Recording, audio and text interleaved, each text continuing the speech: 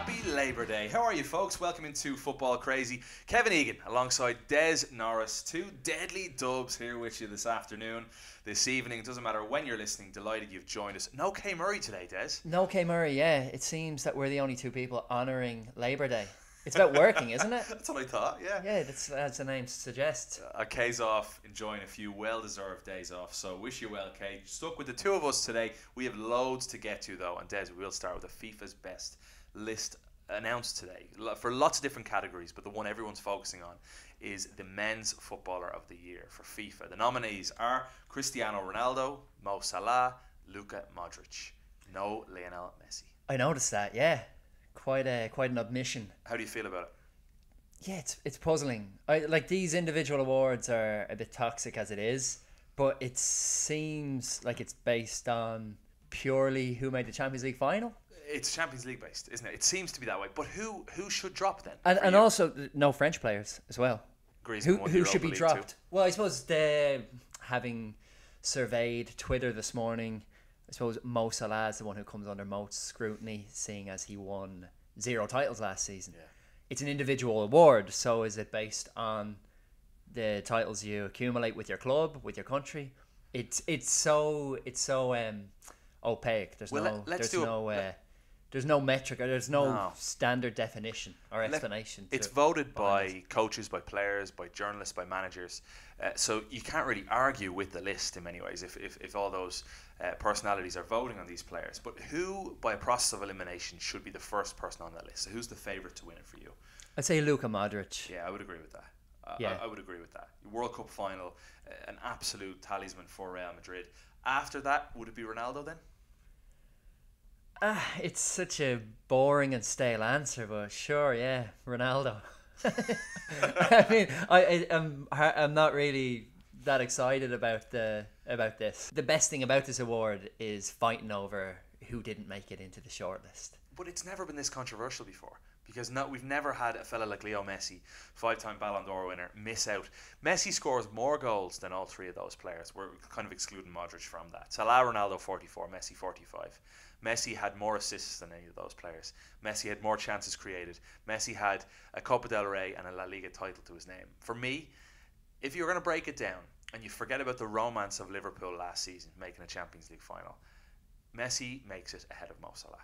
It's fairly simple in my mind. Yet we buy into the romance, we buy into the Premier League for sure, and we buy into the Champions League. And he made it to a final, and Messi got knocked out in dramatic fashion, losing to Roma the way they did in the quarterfinal.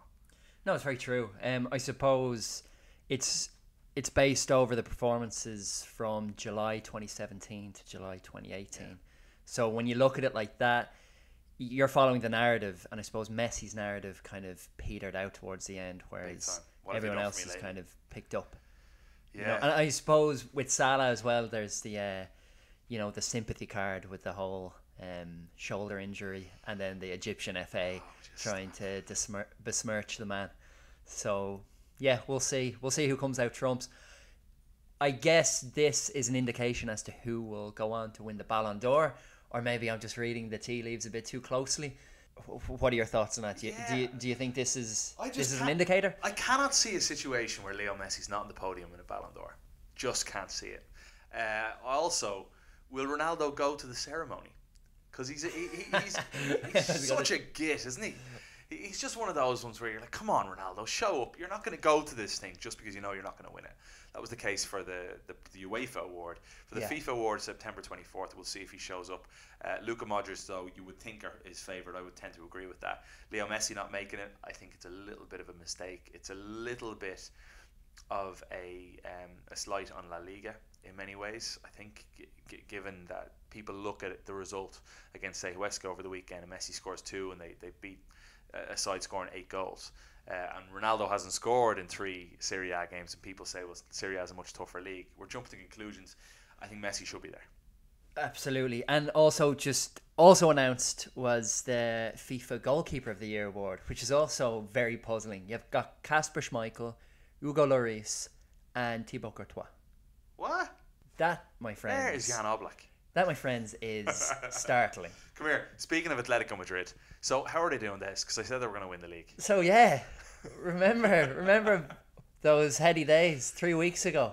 Atletico Madrid were going to steamroll La Liga and potentially the Champions League. Oh yeah, Look at full them now. favourites. Look at them now. And in the Spanish press today, they're doing up lists of what's going on at Atletico Madrid. They're calling the defence porous.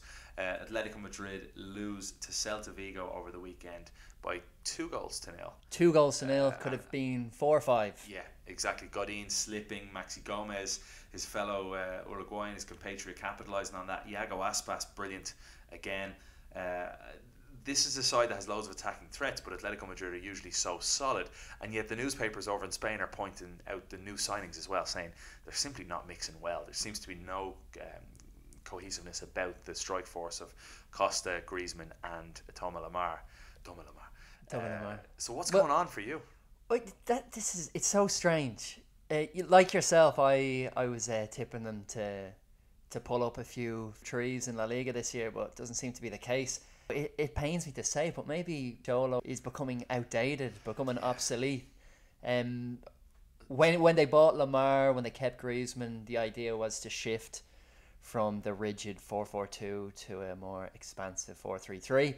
Doesn't seem to be happening at all. So what happened 2 years ago when Atletico Madrid decided to be more expansive, more creative? They let La Liga go early in the season. They were terrible.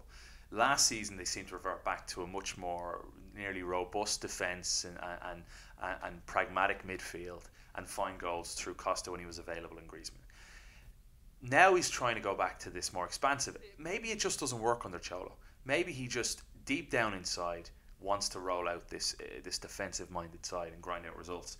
Because when they do come out and play, they leave themselves exposed, and in many ways you see someone like Godin become exposed, which is rare to see for someone that many consider the best defender in the world. Maybe those legs are giving in.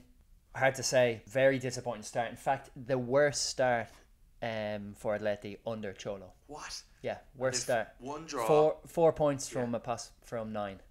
The key there is, though, they're already 5 points off both Real Madrid and Barcelona. The reason being is both Los Blancos and the Blaugrana scored big time amounts of goals. We'll start with Real Madrid against Leganés at the Santiago Bernabeu. 4-1 the final score there.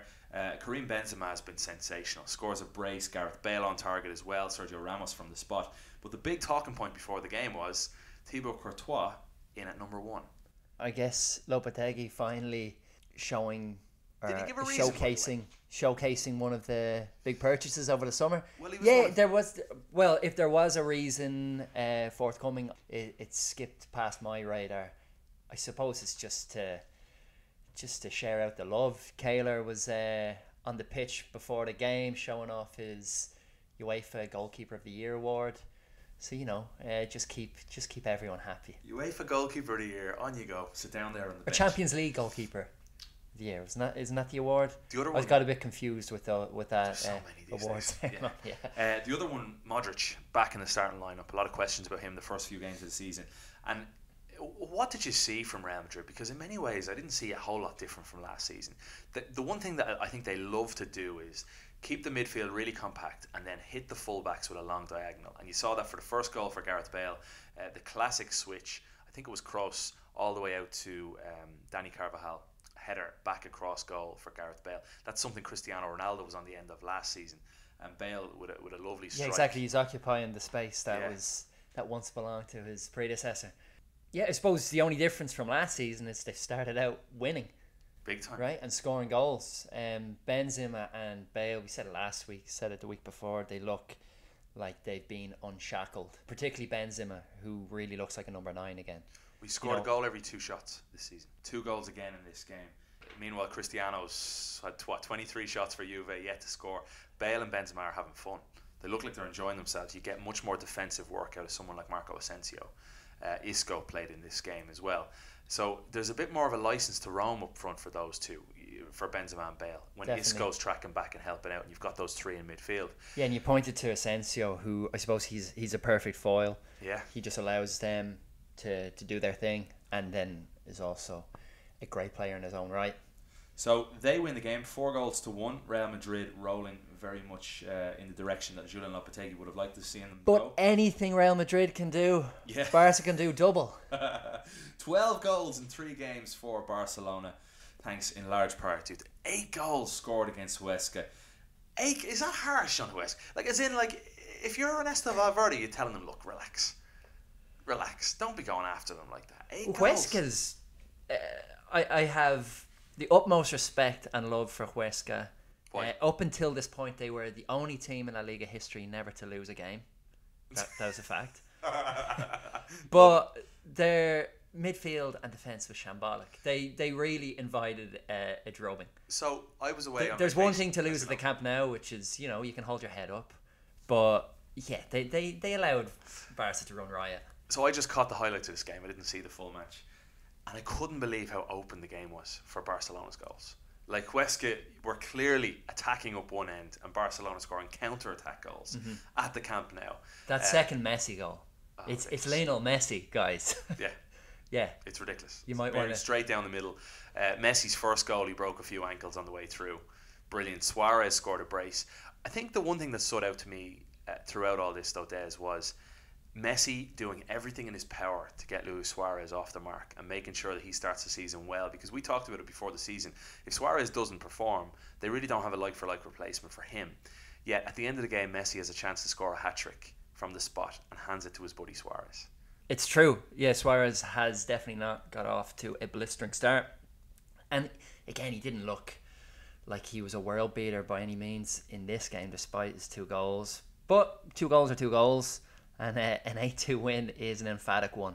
So, yeah, the wheels are definitely turning for Ernesto Valverde's men. Elsewhere in La Liga, I think we have to touch on the Seville derby. One of the best derbies in world football. The hero, the man, the myth, the absolute legend, Joaquin, 37 years of age. Comes off the bench, 65 minutes in? Late on, yeah, into the latter stages anyway. 80th minute mark, the fellow with the blonde tips. He's looking well. He's looking fit. He's looking strong. I'm glad you mentioned the blonde tips. The blonde tips are sensational. And you know he's going out partying. Picks up a yellow card for the celebration. Takes the top off. Could have scored again. Had another chance from distance that just skipped past the post. He is one of the best figures in football, isn't he? He played in the World Cup in 2002. This is a guy who's just been such a great character. And I read a great article in Sports Illustrated over the weekend before the game from Luis Miguel Getcheray, who's a fan of this podcast and beIN Sports. And Luis pointed out the story that Sid Lowe told years ago about Joaquin going to the stadium in the Seville derby. Do you remember this one? And there was an old lady sitting there a long time ago, an old lady sitting there. Oh, is this? I know what you're going to say, yeah. And the seat next to her is free. And I'm not sure if it was Joaquin or someone else says to her, "Excuse me, is there someone sitting here? Can I sit there?" She said, yeah, go. It's my seat, but go ahead. Well, who's supposed to, you don't have someone here? She said, no, but it's my seat. I didn't have anyone to come with. Oh, you don't have it? And she goes, no, where is everyone? And she says, my husband died. Oh, I'm so sorry. Well, did you have any brothers or sisters or friends to come to the game with you? And she said, no, they're all at the funeral. Love that though. He's a character. He's a raconteur and a great football player. At 37 years of age, he's an inspiration to us all, Kev. Yoga Des. We have to start doing yoga. All of us on the wrong side of 30. But yeah, great win for Betis. They seem the tide is turning down in Andalusia, it seems, particularly in El Gran Derbi. Yeah. However, the game was marred by a bit of controversy before that goal. Ex-Swansea and awful mustachioed Roque Mesa picked up a second yellow. He was in Pirates of the Caribbean as well, wasn't he? Yeah, or every 1920s gangster movie you've ever seen. But yeah, sent off for obstructing Pau Lopez as the Betis goalkeeper was running out to throw out the ball, although he seemed to catch an elbow in the back of the neck and was then subsequently handed his marching orders. Was it reviewed? Was it reviewed by VAR? It was reviewed by VAR. So Sevilla are arguing it should have been a penalty, whereas the referee decided it was a bookable offence and sent the offending player off the pitch. So it was a strange one. Yeah, so VAR... Was it clear and obvious? Honestly, I don't know where I fall on this. I didn't think it was a sending off. I mean, Rocky Mason, like, he picked up a silly booking in the first half, but this seemed like something that could easily have been, if you're not sure what to do, I don't think this was one that was going to cause too much controversy if you just let it play on. But there you go. It's always good to have a bit of something to talk about at the end of the game. It wasn't the only derby in Spain. Yeah, it was also Valencia derby earlier on Sunday at 12 noon in southern Spain during a heat wave. It was excruciating to watch. You've lived there, you know what that's like. Yeah, like Houston, I'm sure. Yeah, even watching it was draining. I can't imagine what it was like playing it. So Levante's good start to the season continued. How did my favourite player on the planet do? My new favourite player, Jose Luis Morales didn't score, but had an effective game. All right, yeah, good to know. Yeah. Good to know. Rodri got the two goals for the Frogs. Yeah. His price tag continues to go up then. Rodrigo. 2 goals. Levante, a great side. No, to Rodri watch. for Levante. Excuse me, for Levante. Yeah. Okay. No, it was Danny Parejo who got the equalising goal from the penalty spot. So yeah, even Stevens in Valencia. Brilliant. Okay, well that pretty much wraps up La Liga. Some other scores from around the grounds. We've mentioned Celta Vigo with that big 2-0 win against Atletico Madrid. Eibar beating Real Sociedad. That was another derby, a Basque derby there between Eibar and Real Sociedad. Getafe Valladolid finished scoreless. Villarreal losing at home against Girona. That's a big loss for them. Yet to pick up a win. It's been a miserable start. Alaves 2-1 winners over Espanyol. And we've mentioned that derby, Real Betis beating Sevilla. So a brilliant weekend then over in La Liga. Over in the Premier League, lots to get to there. Do you want to go to France first? Yeah, let's go in order. Okay. Across the Pyrenees. We've got a rundown for a reason. Okay, so yeah, France. I suppose let's start with the league leaders and reigning champions.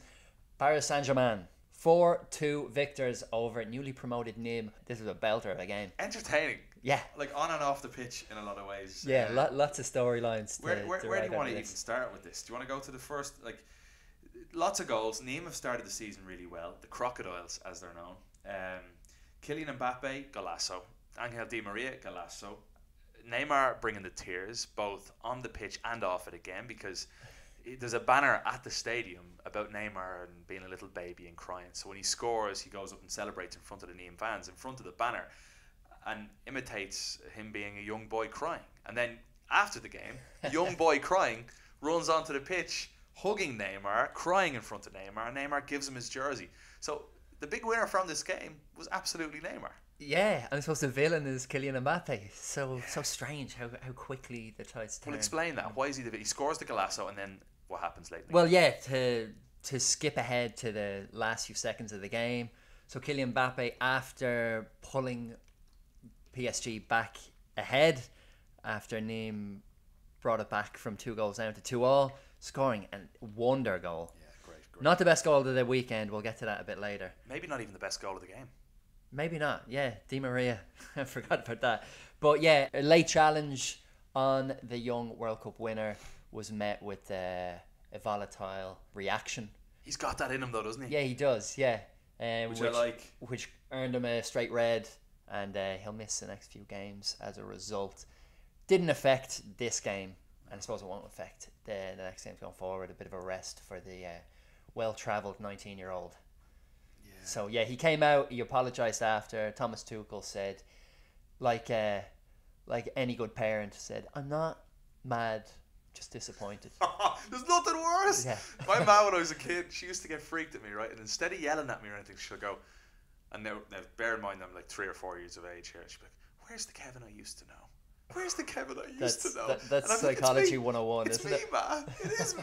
She's like, "It's not. You, the real Kevin wouldn't act like this." Yeah, so that's effectively it. Mbappe's in the naughty corner for a little bit. He's on a timeout. Yeah. Meanwhile, while Mbappe's on a timeout, let's reflect on Angel Di Maria's Olympico, scoring directly from a corner. Why you have in our notes here? Des did up a great rundown here for the show, and you have making a mug of keepers and Gary Bailey. Why? Yeah, poor old Gary Bailey was only just commending the great work of the Nîmes keeper, whose name escapes me now. And then the seconds later, no one listening knows who the Nîmes keeper is. No one does. No, not even his own mother. And then seconds later, he gets beaten at his near post from a corner kick. Expertly taken, mind you. Expertly is right. Is there anything worse for a goalkeeper? It's got to be up there. I suppose conceding from the halfway line. Or doing an Alisson, which we can get to in just a moment. An Alisson, is that how we're dubbing that now? Why not? Why not? When a goalkeeper tries to become Johan Cruyff, you need to take the piss out of him. What else happened in France then? PSG pick up a big win, 4-2 over Nîmes. They're flying away with Liga already It because of seems results to be elsewhere. the case. Yeah. Absolutely flying. Patrick Vieira. It's going to take a little bit of time. I watched Patrick Vieira closely. Now he's at Nice. He was at NYCFC in New York. And the way he plays, the style and the philosophy of what he tries to do is not going to be something that's going to be implemented overnight at all. Similar to, let's say, Pep Guardiola, the first season, they just about finished fourth. So for Vieira, he needs a bit of time. But he got a big win here against Lyon. He did indeed. Yeah, Lyon, who on paper are up there as, I suppose the closest contender to PSG, didn't really click in this game despite dominating the first half. I suppose the loss of Mariano Diaz is evident now. They don't seem to know how to turn the ball into the back of the net. That ended up costing them this one. A deflected goal off of Marcelo was enough to earn Patrick Vieira his first win as Nice manager. So yeah, like you said, it's a topsy-turvy start to Ligue 1, and I suppose great news for the Les Parisiens. Yeah, it really is. They're running away. They can start to nearly rest players soon enough. I know it sounds a bit ridiculous, but just rotate that squad as much as possible, focus on the Champions League. Switching gears completely, aside from Kelly Kapowski, who was your greatest crush as a young Irish boy in Dublin? All right, remember the show Gladiators? Yeah. Jet. No, she'd batter you. I know, yeah, but hey, I'm if you're into that kind of thing. Hey, young Des was a kinky little fellow. What can I say? No, but okay, so I'll quiz you then. On Sundays, I don't know where this is going, by the way. You do know where this is going. You don't know where this is going. Come on, humour me. Sundays, are we talking about Abil Rami's girlfriend? We are, of course. Sundays, back in Ireland, we used to have Football Italia on with James Richardson, and after that was Baywatch. On Channel 4. Baywatch was like doing something wrong when you were a kid. You're like, you and your friends would all go into a room and you'd be like, Football Italia's on for an hour, when it was secretly only on for half an hour. So you'd shut the door and then you'd all sit back and watch Pamela Anderson and Baywatch. And now Rami gets to do it on a daily basis because he's going out with her. And he made an absolute fool of himself in front of his girlfriend, who was at the game. Pamela Anderson at the Monaco well, of course she was in Monaco having fun. Oh yeah, that's her scene, I'm sure. It's not as if she's going to Nîmes. Let's be honest. A packed, it must be, say, Stade Louis II, which you don't always see. Because Pam Anderson was there. Pam Anderson They was were there. all watching Baywatch. As were Monaco and Marseille, which was the headline act to close the proceedings of match day 4 of Ligue 1. This was a great game. Had it all. Had it all, yeah. So, yeah, had Marseille going ahead, then Monaco pegging it back, going ahead themselves, and then a last-minute winner by an ex-Monaco player. Yeah, he didn't celebrate. Valerie Germain. I was just looking at the age difference between Adil Rami and Pamela Anderson. Hey, age is but a number. Age is just a number. You're right. But what age? What? I'll say there's a 15-year. 19. 19. Okay. 19-year gap. Rami's 32. Pamela Anderson's 51. Well, Rami got off the hook. His teammates helped him out big time because he seemed to be a bit dozy coming out for the second half, costing. Would you blame him? Costing. Why do we have to talk about football right now? We just talked about Pamela Anderson. That's all I want to talk about. Is go back. So Kay is gonna hate this podcast. She's gonna listen to it and be like, I knew this would happen. So yeah, big win for Marseille. Yeah, very disappointing for Monaco, and once again, the stand-in goalkeeper Diego Bengalio, standing in for Subasic, very suspect. That Sherman goal was easily savable. Just slipped through the goalkeeper's fingers at the end and cost the team. In a similar way to the points. way we talked about Diego Simeone potentially going a little bit stale, should Leonardo Jardim have left? He's never going to surpass what he did 2 years ago. The big job's on the line for him then. Like, you make it to the Champions League. What was it? Semi-final? Yeah, semi-final. Semi-final. Beaten by Juve. You win the league. You beat PSG.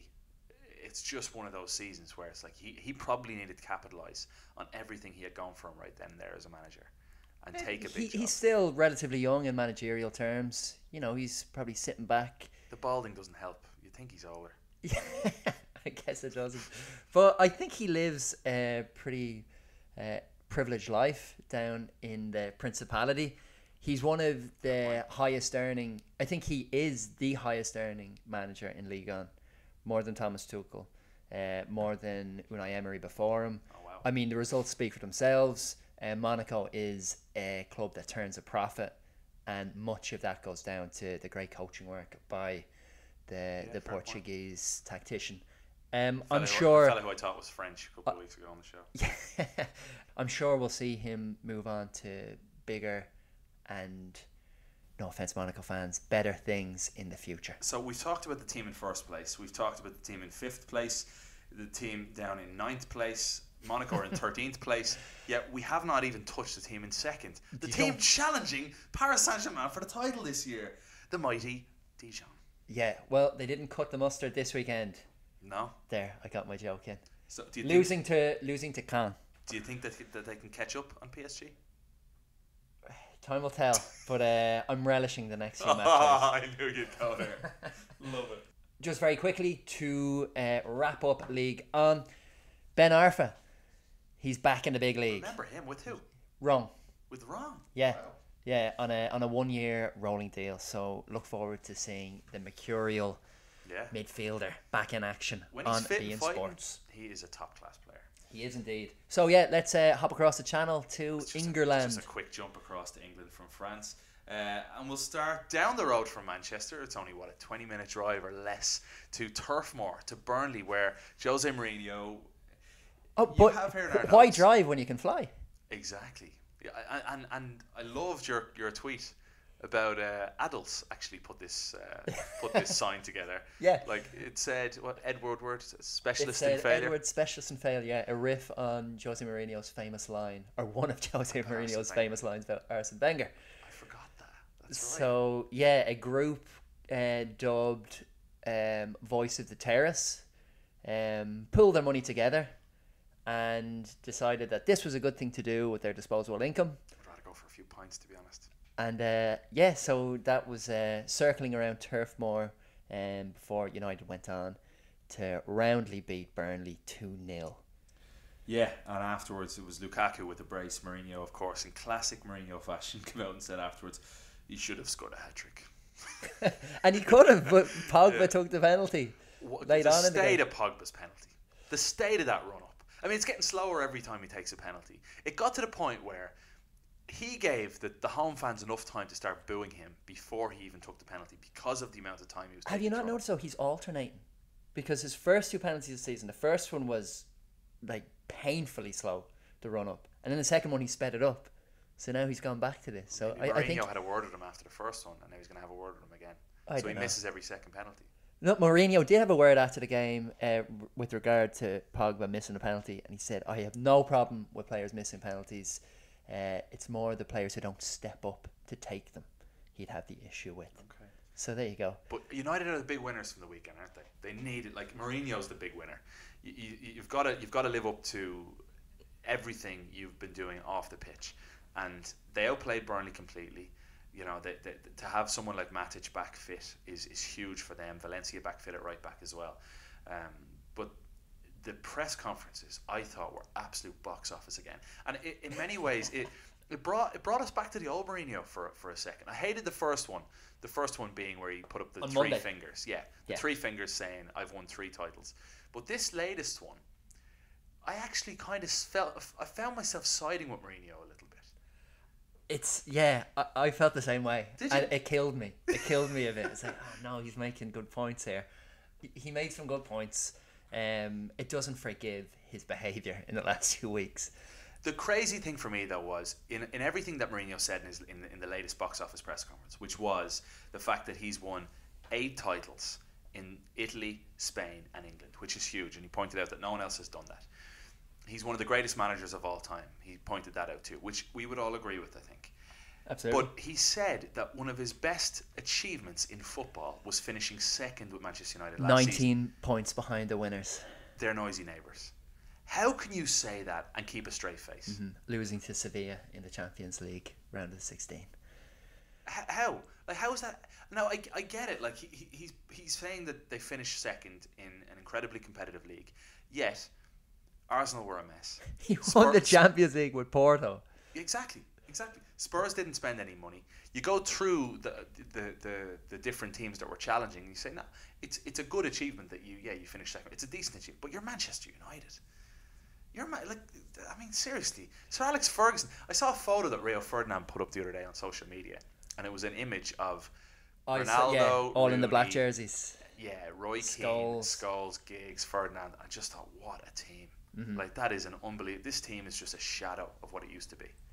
It's hard to compare. That was a legendary United team, and you look across it, just they're all leaders. You know, you look at all of those players, like even a young Ronaldo. Even Rooney. You know, we saw him last night. You know what he grew up to be, but he's always had that kind of built into his DNA. That seems to be lacking a bit at United now, and whether that's bad recruitment on Ed Woodward's part, or if it's just a case that a lot of these players are lacking confidence because you can't put a step, you can't put a foot wrong, or you're going to get lambasted by the manager. Has to be said though, one player who I thought was shattered in confidence wise was Luke Shaw, and the past few weeks he's kind of become a star player for United. Like, back in the England squad. Yeah, turning in great performances week in, week out. I know it was Burnley, you can't draw too many conclusions from it, but he looked very lively in this. Lukaku bullying non-top 6 side opposition. There's still big centre backs like Tarkowski and me are still. It's usually a place, Turf Moor, where a lot of teams, particularly the bigger sides, struggle to go there and to dominate. And United dominated. United could have scored many more goals. Pogba's miss. Lukaku had a 1-on-1 with the goalkeeper. So they pick up a huge 3 points, particularly for Jose Mourinho so early on in the season. Can we get to Alisson? Let's do it. Can we get to Liverpool? Liverpool beating Leicester by 2-1. But the big talking point was Leicester's goal. Alisson playing it out of the back, and he just makes an absolute fool of himself. And it's caused a lot of controversy in football talk, because you get goalkeepers and former goalkeepers like Paul Robinson, who's on beIN Sports over in Qatar, saying that, what is he doing? He needs to kick it long, get rid of it. But the likes of a Klopp, a Guardiola, they want their goalkeepers making these mistakes. They want their goalkeepers learning from this, and they want them to get better at playing the ball out of the back. Which side of the fence do you? No, I'm totally in favour of this. I suppose this revolution of goalkeepers now being considered, or you need to have some footballing chops. Were you about to say being considered players? No, but like, you need to have ball skills with your feet. Yeah. You know, it's all well and good being a shot stopper and commanding your area, but you have to be an outlet with your feet, because there's no pass back rule. Well, look at Czech at the weekend. It's really struggling to play out under an Emery. I mean, Czech's been on the decline for a while. I don't know if it's just the tides turning. There's this new expectation of goalkeepers that they do need to be able to play a bit of ball. Yeah, the fact that Klopp wants Alisson to feel comfortable coming out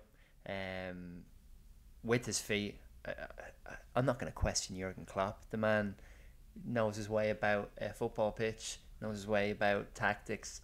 I think it's a bit archaic and just to throw it under the bus and say this is terrible. Goalkeepers do one job and one job only. I think stupid. But hang on, speaking of the bus and throwing people under the bus, Alisson afterwards came out with a quote or two about his mistake, and he said part of his quote was, "I didn't get a good pass."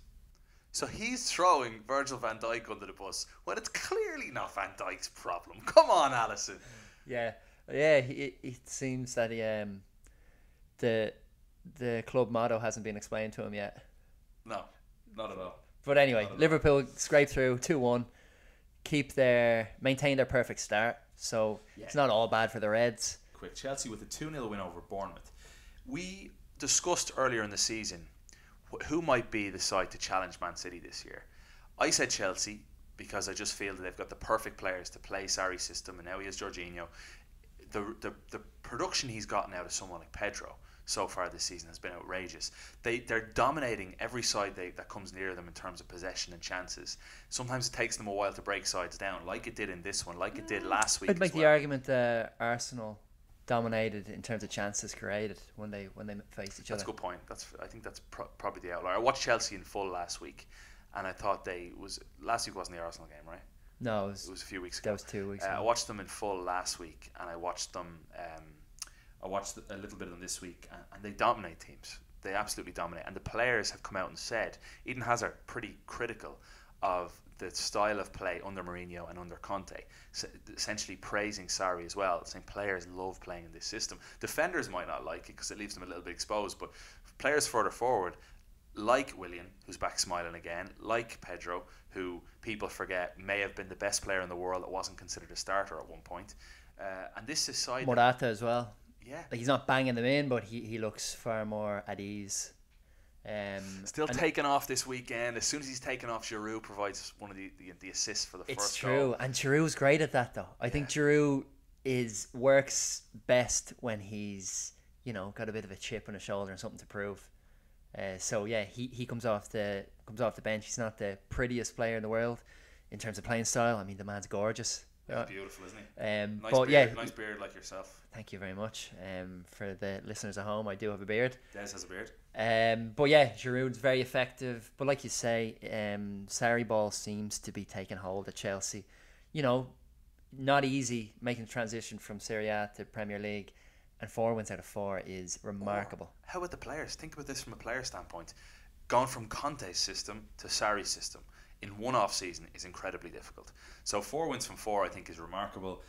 Would you put who is your favourite to win the league right now? We should point out that Man City beat Newcastle by 2-1 at home. A spectacular strike from Kyle Walker to win that game. DeAndre Yedlin, by the way, becoming the first American to score in the Premier League for 4 years. I didn't realise it was that long. Lovely goal from Yedlin at the end of a counter attack. But who would you have as your favourite? Is it still City? Still City for me. And then who? I'm going to say Liverpool. I'll go Chelsea on this one. I just think they have enough. We'll see how this plays out. What else happened in the Premier League over the weekend? How about Watford? 4 games, 4 wins. Absolutely just Javier Gracia is Javi Gracia, we call him, right? Javi Gracia, yeah. Has been sensational. He has. Here's a stat.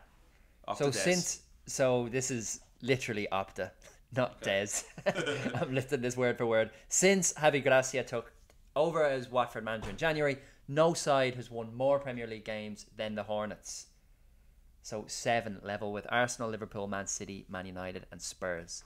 So that gives you an indication of how quickly he is adapting and leaving his mark on the Premier League. A little bit like Levante last week. Well, they didn't win this weekend, but we were saying as much about Levante towards the final stages of the La Liga season last year was the best. So Watford, that's incredible though. 4 wins from 4, good for them, doing really well indeed. They beat Spurs by 2-1. Spurs were winning that game 1-0. Harry Kane had a chance to equalise at the end, but you may see this from Spurs this year without signing anybody. You just can't. I don't think you can expect the side to improve. But here's the thing: Watford are in the same position. When you look at Watford's squad, it hasn't changed much from last season. Javi Gracia has picked his strongest 11 and stuck with it so far, and perfect start. So, who's to say that transfers are the key to success? Very true indeed. Anyway, Norris, the philosopher. Yeah. So their rivals from North London also trailed in the game, but came back to win the game. Arsenal beating Cardiff. That famous Arsenal winning mentality. Back, scrapping, fighting, doing everything they can. We should say it was against Cardiff, who play some woeful football, and still managed to have Arsenal on the ropes for a period in that game. But Lacazette scores, Aubameyang scores his first. Lacazette scores a cracker, wasn't it? Not a bad celebration either. No, very nice. Yeah, man's got moves. Arsenal, I suppose Unai Emery's still getting up to speed with Premier League. So it's 2 wins and 2 is not bad. There's still a lot of holes to pick over, particularly Granit Xhaka. I don't know what he's still doing at Arsenal. And Peter Cech, who you mentioned before. So they've got Bernd Leno and they've got Torreira. So what is he not seeing? I don't know. Well, Torreira has come on again Yeah. this game and really shored things up. So you'd imagine that now he's, had enough time to acclimatise to life in England. So maybe after the international break, he'll be back into the starting lineup. We'll see. Yeah, we'll get to actually. Torreira is a young star that we talked an awful lot about last season. I'm sure regular listeners to Football Crazy will tell you. While he was over with Sampdoria, really impressive, the Uruguayan. And we're going to get to some good news for Uruguayans as a whole a little bit later on when we get to the power rankings. Will indeed.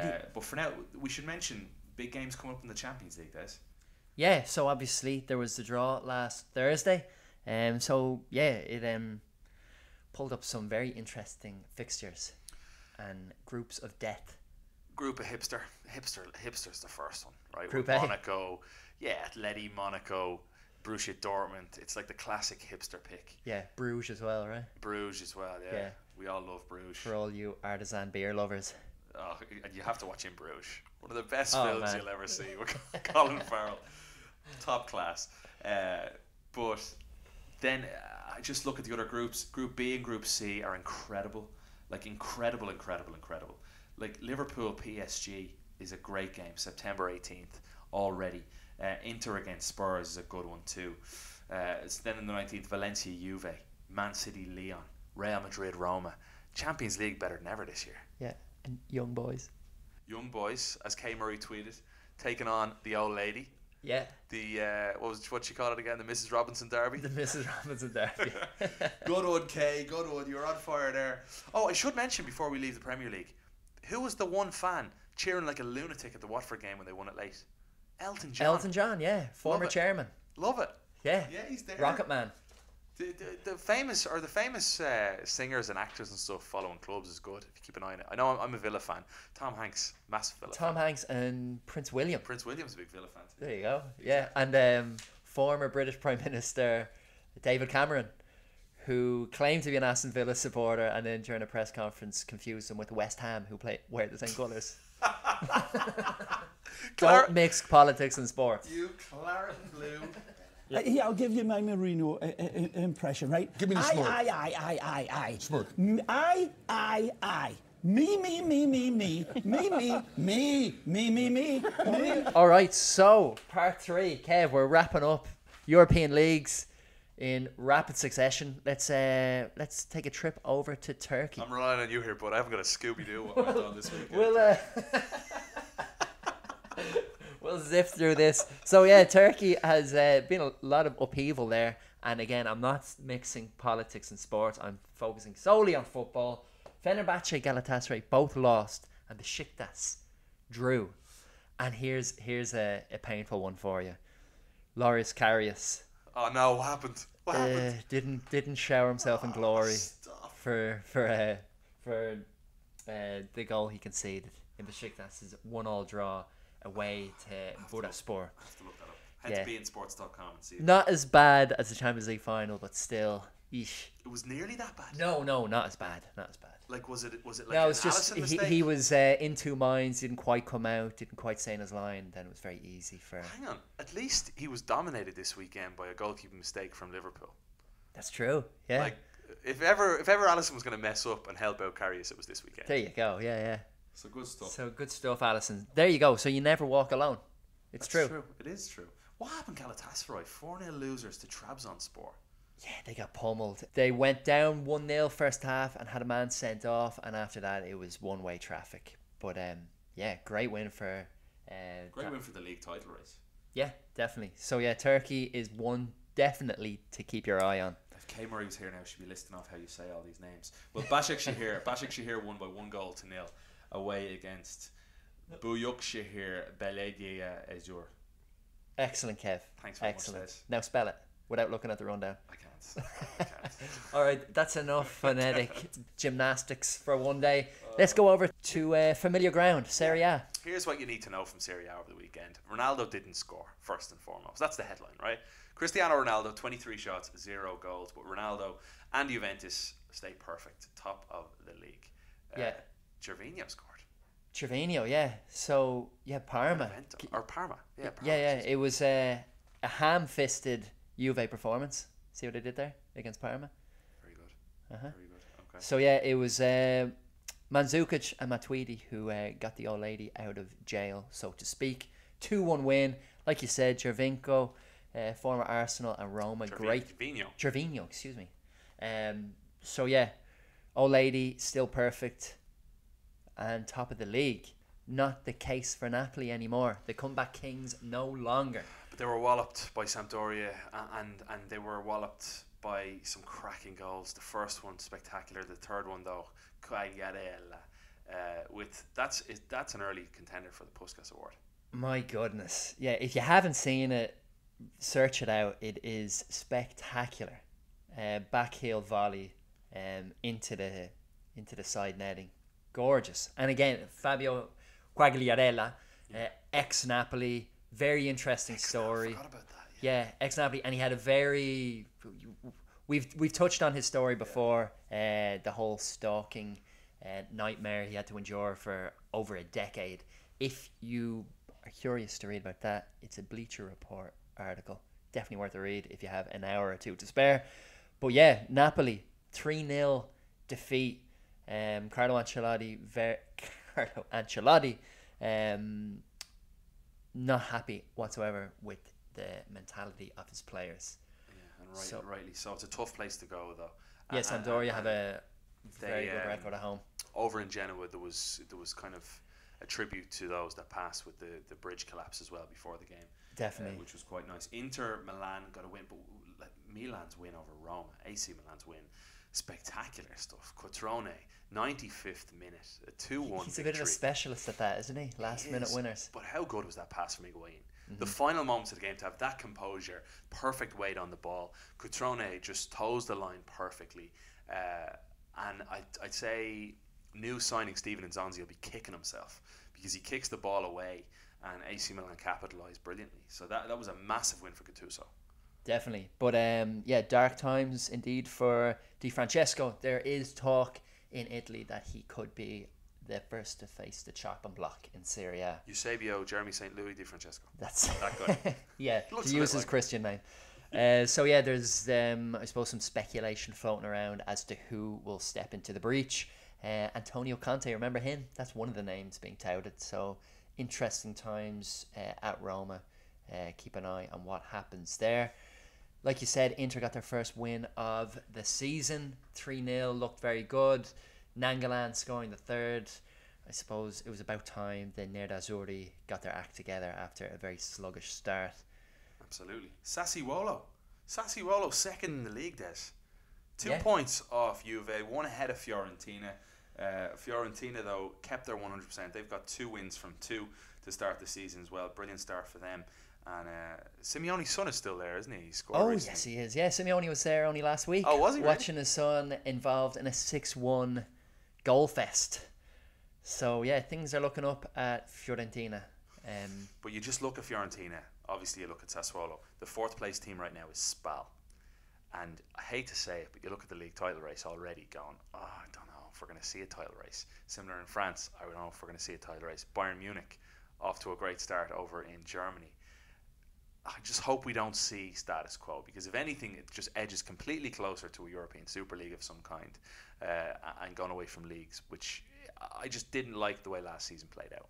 I hope we get a title race in Spain. I think we will, and I certainly think we'll get one in the Premier League. But here in Italy, Juve don't even look like they've hit third gear. Man, Cristiano Ronaldo is yet to dominate. Dybala hasn't exactly been, world beating either, and yet they're still grinding out results as they so expertly do.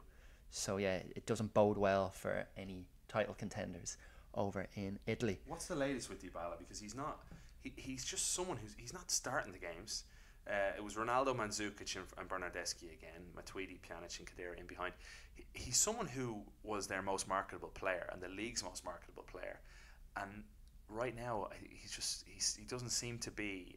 And maybe I'm not following it as closely, but I'm just curious to know how it's going to play out with him. He comes into the game. He needs to be a starter. Yeah, you'd think that would be the case, but obviously something's not right. Yeah. That was alluded to last year.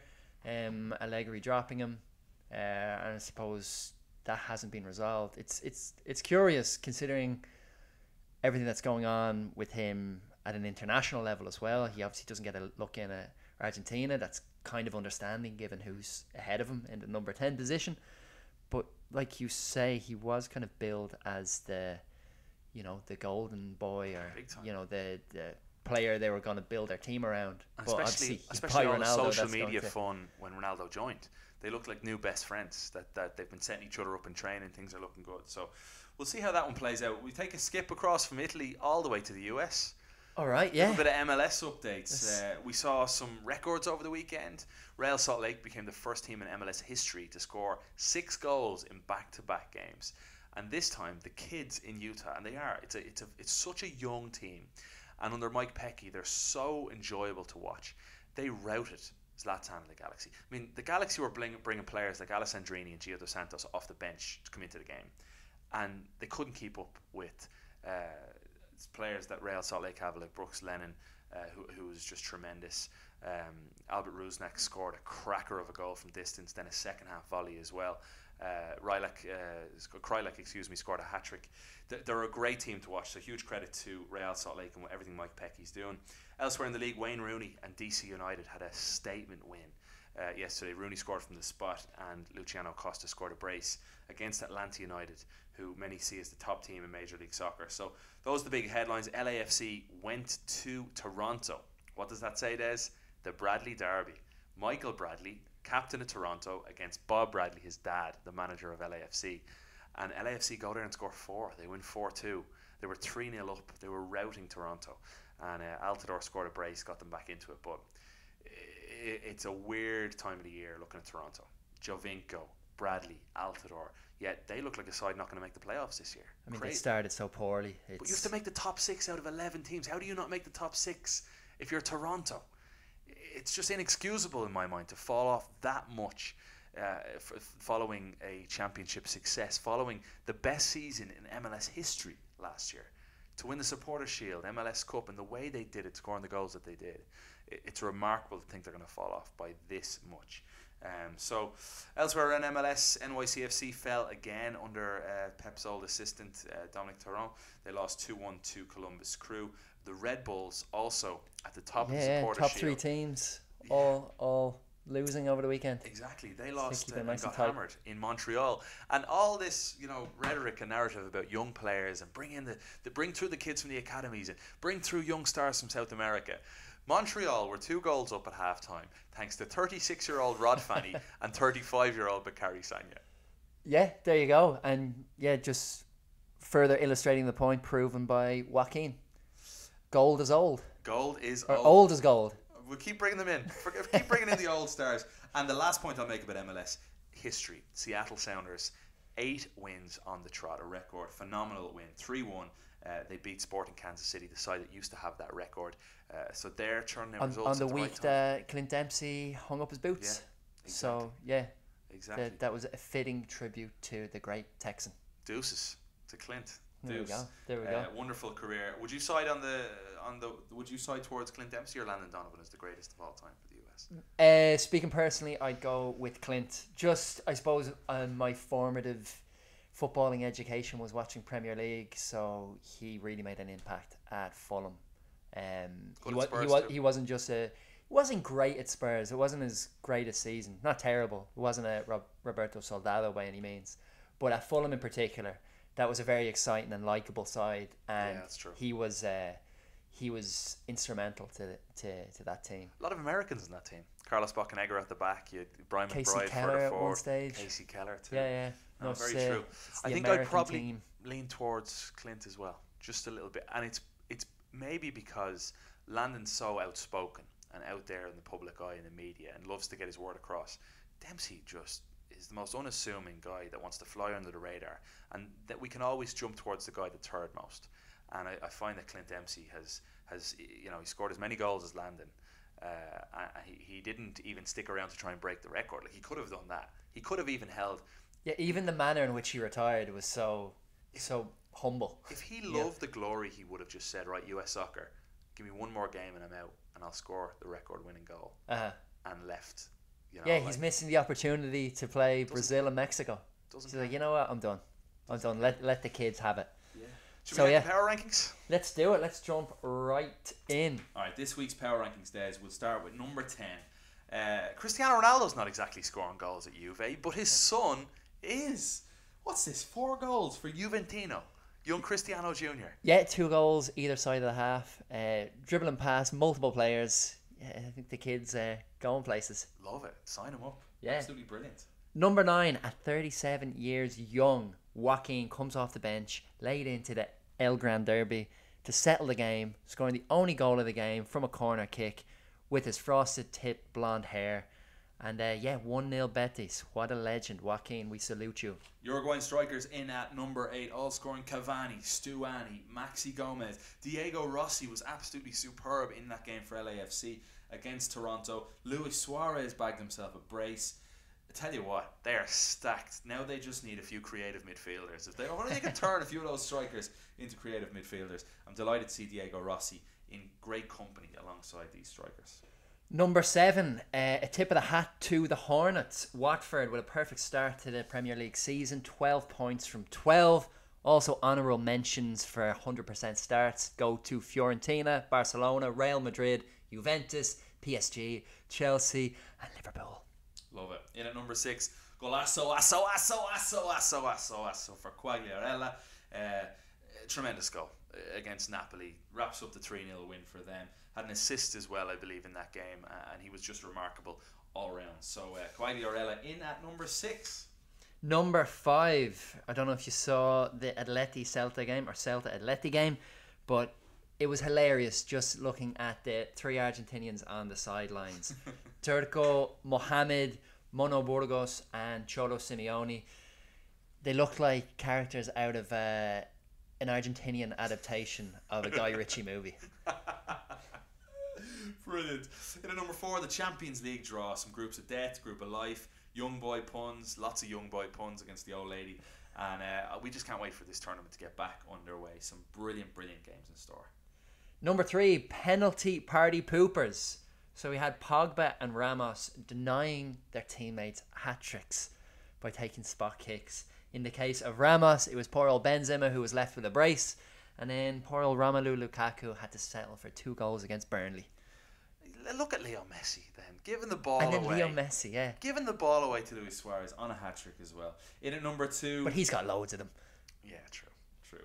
But this is a guy who can't even get on the podium, and he's handing goals away. Think about that. Actually, think about that for a second. You should get the Fair Play Award then. Imagine, Messi, you're not going to win a Ballon d'Or, you're not going to win FIFA's best, but we'll give you a Fair Play Award.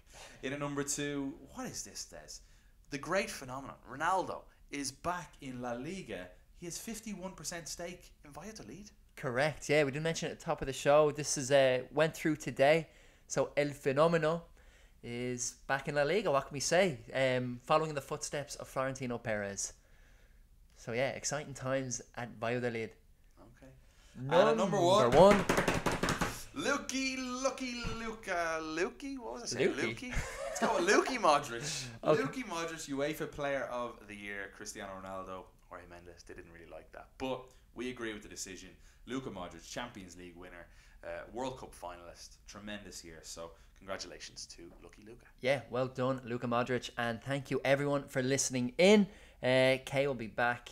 Well, not next week. We're taking an international break next week. Okay. We're all in international duty. Where are you flying to?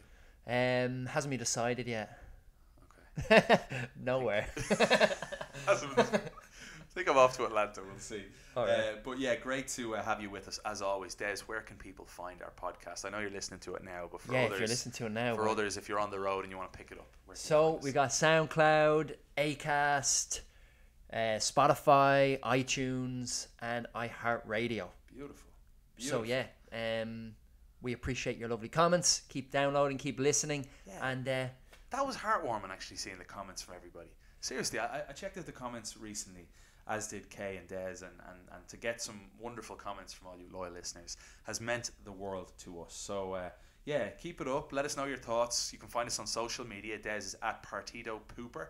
I'm at Kev_Egan, KL Murray. Let us know your thoughts. Get involved in the conversation. And until next time, we love you. We'll leave you. Ciao, ciao. Bye-bye.